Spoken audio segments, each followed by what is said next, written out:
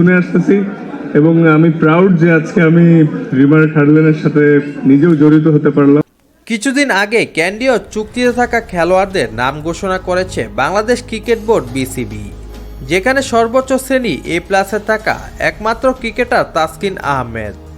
তবে চুক্তি অনুযায়ী বিসিবির কাছ থেকে মাসে সর্বোচ্চ 10 লাখ টাকা করে বেতন পাচ্ছেন দেশের অন্যতম সেরা এই পেস বোলার। এর বাইরে বিসিবির প্রতিটি আন্তর্জাতিক ম্যাচ খেলার জন্য আলাদা করে ম্যাচ ফি পাবেন, যেটা পান চুক্তির বাইরে থাকা ক্রিকেটাররাও। তবে যে যত বেশি ম্যাচ খেলেন তিনি সেই হিসেবে ম্যাচ ফি পাবেন। এদিকে ম্যাচ ফি কত টাকা তা আনুষ্ঠানিকভাবে এখনও জানানো হয়নি।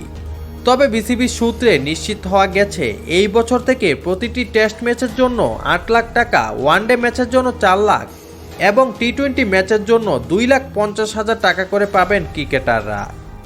এদিকে তাসকিনের উদাহরণ হিসেবে ধরা যাক, A+ শ্রেণীর ক্রিকেটার হিসেবে মাসে 10 লাখ করে এক বছরে তাসকিন বেতন পাবেন 1,20,00,000 টাকা।